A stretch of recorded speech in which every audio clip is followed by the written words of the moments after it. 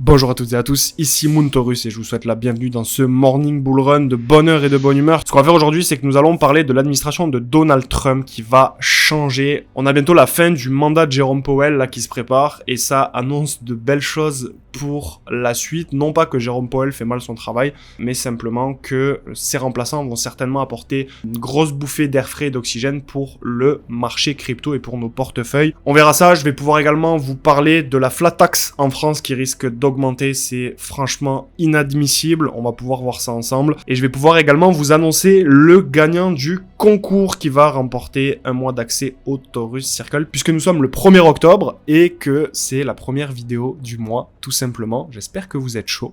C'est parti. Alors avant ça, on va pousser un petit coup de gueule. Alors moi personnellement, j'habite plus aujourd'hui en France, je suis expatrié depuis un long moment déjà, mais quand je vois ça, je me dis que c'est quand même assez fou. Donc potentiellement, vous allez avoir ceux qui habitent en France une flat tax à 36%, donc on passait de 30% qui était déjà très élevé à 36% potentiellement. Alors faut savoir qu'il y a deux scénarios qui circuleraient aujourd'hui dans les couloirs du pouvoir. Ça serait du coup un relèvement à 33% dès 2025 et potentiellement un passage à 36%. Donc ça, c'est assez fou en fait. Et ils disent que on risquerait d'avoir un surplus de plus d'1 milliard d'euros de recettes pour l'État, etc. Mais pour moi, c'est complètement contre-productif. La France continue de s'enterrer d'un point de vue fiscal, d'un point de vue social. C'est dramatique et malheureusement, pour moi, ça ne fait que commencer, ça va continuer. Vous le savez, sur cette chaîne, j'aime pas parler ni de politique ni de religion, ça n'a rien à faire dans les contenus qu'on me propose. Mais là, je suis obligé de parler un petit peu de ce qui se passe parce que pour moi, c'est vraiment du grand n'importe quoi. Et donc, grosse force à vous si vous habitez en France. Ensuite, on a Jim Cramer. Donc, ceux qui savent pas qui c'est, Jim Cramer, donc c'est quelqu'un qui a fait un petit peu tout un tas de choses dans sa vie, diplômé de Harvard. Il a eu son diplôme de droit, il a fait procureur et il a travaillé également chez Goldman Sachs. Bref, c'est quelqu'un qui a quand même de grosses compétences et qui nous dit, avec une photo extrêmement simple, extrêmement parlante, acheter de la crypto avec une dette des États-Unis, la dette nationale des États-Unis qui continue de s'alourdir. On est à 37,6 trillions de dollars, ce qui est assez fou.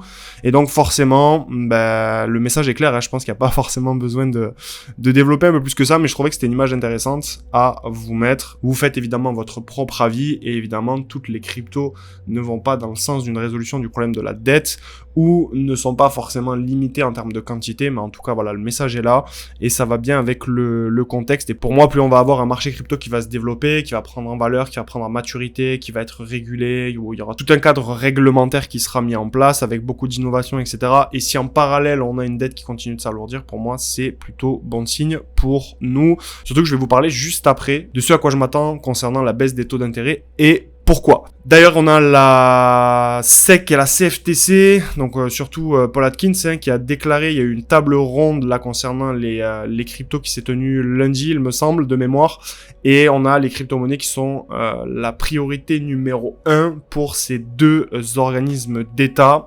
Et donc les points clés à retenir, c'est que la SEC et la CFTC ont entamé une collaboration historique pour établir des règles claires sur les cryptos, ce qui est une nouvelle extrêmement positive.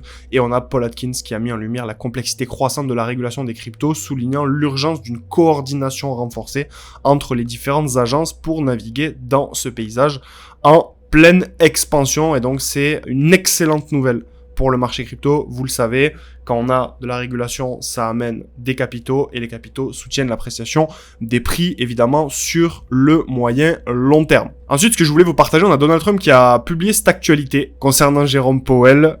Et c'est super intéressant d'aller creuser un petit peu plus loin quand vous avez ce genre de choses. Alors, ça veut dire que vous êtes viré, donc il sous-entend que avant la fin de son mandat, Jérôme Powell pourrait être licencié. Moi, j'y crois pas forcément au fait qu'il soit licencié. Pour moi, ça arrivera pas. Il va continuer son mandat jusqu'au bout. Mais ce qui est super intéressant de comprendre, c'est que le mandat de Jérôme Powell se termine en mai 2026. Et donc, qu'est-ce que ça veut dire? Ça veut dire qu'en fait, on va avoir en tout cas un nouveau président de la Fed qui va être mis en place, qui va être choisi par Donald Trump. Et ce qui est super intéressant à capter, à comprendre, c'est qu'on a potentiellement 3 gros prétendants à ce poste, ok, au poste de directeur de la Fed. Donc on a Kevin Hassett, donc qui est le chef du Conseil économique national de la Maison Blanche, on a Kevin Warsh, qui est l'ancien membre du Conseil des gouverneurs de la Fed, et on a Christopher Waller, qui est un économiste et membre actuel du Conseil des gouverneurs de la Fed. Et sachez une chose, c'est que les trois ont 2 points communs. Premièrement, évidemment, ils sont tous pro-crypto. Je vous ai mis d'ailleurs des petites images. Donc lui, c'est le premier, ok, donc c'est Hassett. Le deuxième, c'est Kevin Warsh. Et le troisième, c'est Chris Waller. Donc les trois sont investis en crypto, ont des parts dans des entreprises crypto, sont complètement pro-crypto.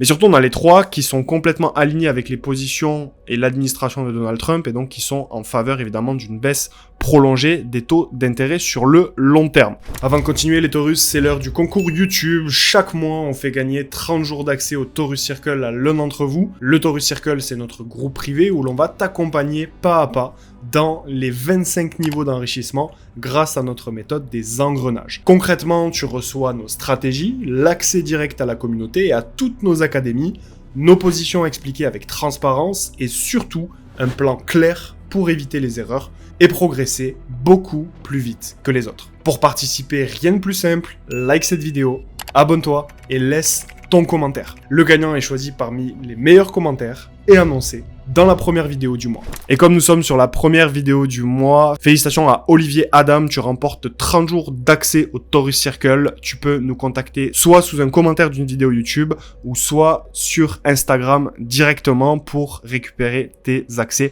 Félicitations et sois le bienvenu parmi nous. Et donc, ce que je vous disais, c'est que les trois prétendants au poste remplaçant de Jérôme Powell au niveau de la direction de la Fed sont pro-crypto et sont favorables à une baisse des taux d'intérêt sur le long terme comme Donald Trump l'exige et le souhaite depuis plusieurs mois maintenant. Et j'aurais aimé attirer votre attention sur quelque chose d'important, c'est que quand on a une baisse des taux d'intérêt ici, vous voyez, à chaque fois qu'on a des baisses des taux qui ont été amorcées, ben on a comme ça des grandes phases de baisse des taux ici. Vous voyez, et à chaque fois, ben, ça favorise une appréciation des marchés risqués. On rappelle que les bull runs de 2017 et 2021 ont eu lieu dans des phases où on a eu les taux d'intérêt qui étaient extrêmement bas, ok? Et donc, moi, ma conviction personnelle, c'est que on va avoir les taux d'intérêt qui vont continuer à baisser.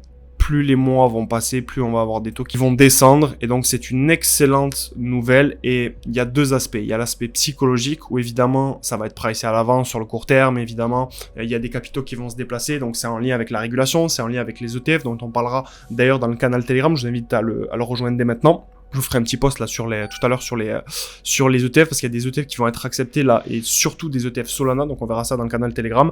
Mais surtout, on a l'aspect mécanique et mécaniquement en fait les capitaux se déplacent parce que quand vous avez les rendements des obligations qui baissent, forcément vous avez des capitaux qui migrent vers des marchés plus risqués et plus rémunérateurs. Donc les marchés actions et évidemment le marché crypto. Et donc toutes ces news nous montrent bien qu'on va avoir tout simplement des planètes, des avantages, tout un système si vous voulez qui va s'aligner et qui est en faveur d'une appréciation du marché des crypto-monnaies sur le moyen long terme.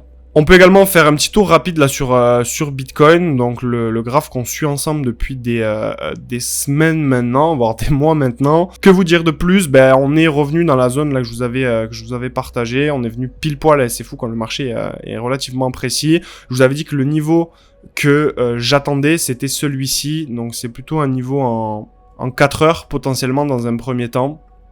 Voilà, on a eu le break de ce niveau-ci qui est pour moi un niveau extrêmement important. On a retracé, on est revenu dans le déséquilibre à ce niveau-ci.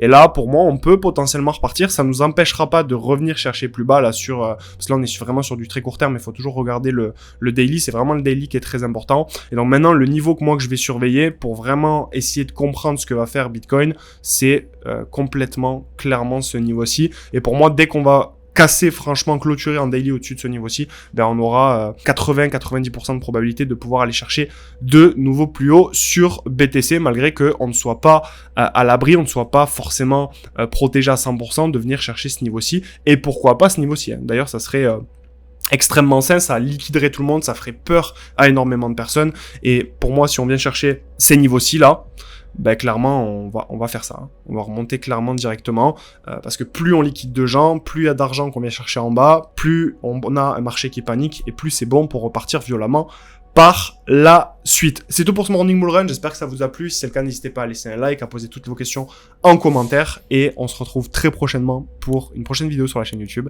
C'était Moontaurus. Ciao, ciao.